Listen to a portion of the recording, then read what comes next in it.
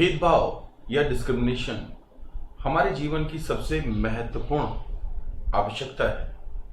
आप सोच रहे होंगे कि मैं भेदभाव की बात कर रहा हूं और जरूरी बता रहा हूं उसे। जी हाँ, भेदभाव या डिस्क्रिमिनेशन हमारे जीवन की सबसे महत्वपूर्ण आवश्यकता है, क्योंकि बिना भेदभाव किए हुए हम अपने आसपास की चीजों को अलग अलग रूपों में देख ही नहीं सकते, महसूस ही नहीं कर सकते, उनका अनुभव ही नहीं कर सकते। जी हाँ, मैं बात कर रहा हूं स्टिमुलस डिस्क्रिमिनेशन की। तो आज हम स्टिमुलस डिस्क्रिमिनेशन और स्टिमुलस जनरलाइजेशन की बात करते हैं। मैं दीपक कुमार शर्मा। तो चलिए शुरुआत करते हैं। सबसे पहले जानेंगे इस शब्द का अर्थ। स्टिमुलस यानी उद्दीपक। उद्दीपक क्या होता है और उद्दीपन क्या होता है? हमारे अंदर किसी भी चीज का अनुभव, तो किसी भी चीज बोल रहा हूं, अ थिंग, और इवेंट, जो भी कुछ हो रहा है हमारे आसपास, उसको देख करके, उसको अनुभव करके, तो यहां पे क्या याद रखना है आपको? अनुभव। जिसका अनुभव किया जा सके वो उद्दीपक होता है। इससे हमारे अंदर अराउजल या उद्वेलन या उत्तेजना होती है।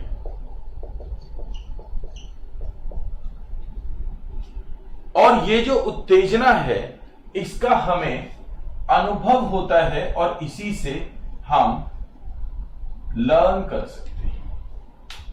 वो एक अलग ऑल टुगेदर प्रोसेस है कि लर्न कैसे कर सकते हैं। तो बेसिकली उद्दीपक आपको समझ में आना चाहिए कि जब हम बोलते हैं उद्दीपक, तब हम क्या बोल रहे हैं? तब हम बोल रहे हैं ये पेन, ये शर्ट, कोई व्यक्ति, ये घर, ये रूम, ये स्टडी, एवरीथिंग, जो भी कुछ आपके आसपास आप देख पा रहे हो, सब स्टिमुलस है। इसीलिए कहते हैं कि जो शहर के बच्चे हैं वो कंप्यूटराइज्ड हैं। क्यों?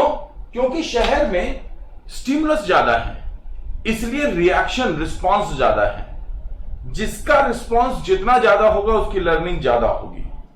तो इसीलिए एक रिसर्च के अंदर यह पाया गया कि जहां गांव के बच्चों में लर्निंग का स्केल धीमा था, वहीं शहर के बच्चों में यह ज्यादा था। इसका मतलब यह नहीं कि वो कम सीखने योग्य होते हैं, इसका मतलब है उनके आसपास चीजें कम हैं, उनके लाइफ में वो स्टिमुलस कम है। तो जहां स्टिमुलस कम है वहां रिस्पांस कम है, तो इसलिए लर्निंग पे प्रभाव हो सकता है। हालांकि ये बहुत ही कंट्रोवर्शियल रिसर्च है, पर एग्जाम्पल के लिए ठीक है, आप समझ सकते हैं। स्टिमुलस को दो हिस्सों में रखा जाता है लर्निंग के दौरान। एक तरफ ध्यान रखते हैं हम जनरलाइजेशन, और दूसरी तरफ डिस्क्रिमिनेशन।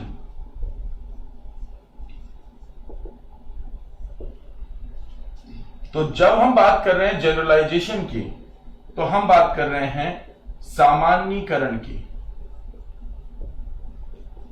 और जब हम बात करते हैं डिस्क्रिमिनेशन की, तो हम बात करते हैं भेद की।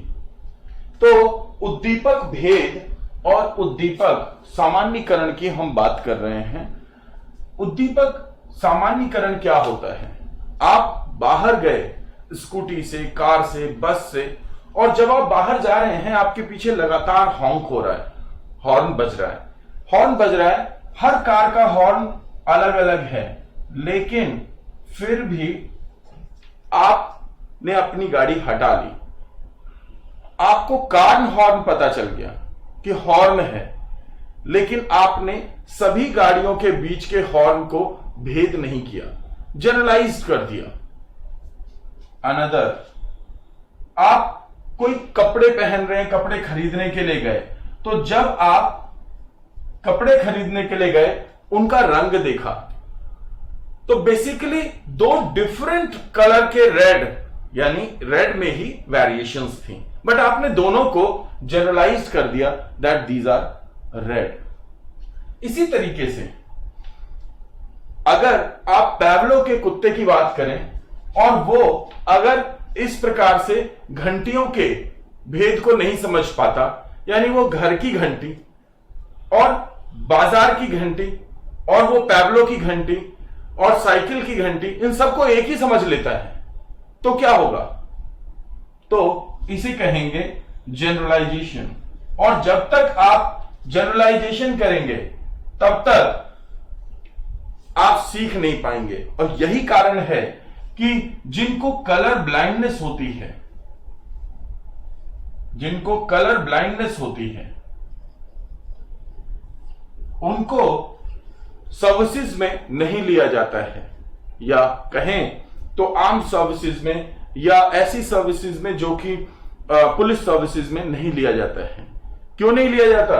क्योंकि वहां पे वो स्टिमुलस में जनरलाइजेशन कर देते हैं। और हमें क्या चाहिए? हमें चाहिए स्टिमुलस डिस्क्रिमिनेशन। एग्जाम्पल, बेहतर एग्जाम्पल क्या होगा? Traffic light. ट्रैफिक की जो लाइट है वो स्टिमुलस डिस्क्रिमिनेशन। कैसी लाइटें होती हैं? तीनों का कलर एक दूसरे से भिन्न है, yellow, blue, yellow, green and red.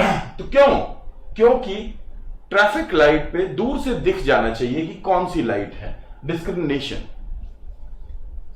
इसके अलावा जब पैवलो ने वो घंटी बजाई, तो जो उसने घंटी का चुनाव किया वो एक ऐसी घंटी थी जो सामान्य रूप से उपयोग में आने वाली घंटियों से अलग थी। तो इसलिए यहां पे डिस्क्रिमिनेशन पहले सिखाना पड़ेगा। तो डिस्क्रिमिनेशन में क्या लगता है? याद रखिएगा, यहां पे परसेप्चुअल लर्निंग होती है। यहां परसेप्चुअल लर्निंग होती है, यानी आप दो डिफरेंट प्रकार के स्टिमुलस में अंतर, उद्दीपकों में अंतर करना समझते हैं। ये स्कूल लर्निंग में, एजुकेशन के लिए कैसे महत्वपूर्ण होता है, तो ध्यान से समझिएगा। जनरलाइजेशन का मतलब होता है सामान्यीकरण करना। एक बालक है जो कि भाषा शिक्षण की कक्षा में है और वो भाषा शिक्षण की कक्षा में श और स में अंतर नहीं कर पा रहा, तो वो क्या कर रहा है? स्टिमुलस जनरलाइजेशन कर रहा है। इसलिए उसकी टोटल लर्निंग प्रभावित होगी। टीचर को पता होना चाहिए कि कहां जनरलाइजेशन करने के चांसेस हैं। छोटी ई और बड़ी ई, या छोटा ऊ और बड़ा ऊ की मात्रा, इसमें वो जनरलाइज कर दे रहा है। यहां पे स्टिमुलस जनरलाइजेशन के चांसेस बहुत ज्यादा होते हैं।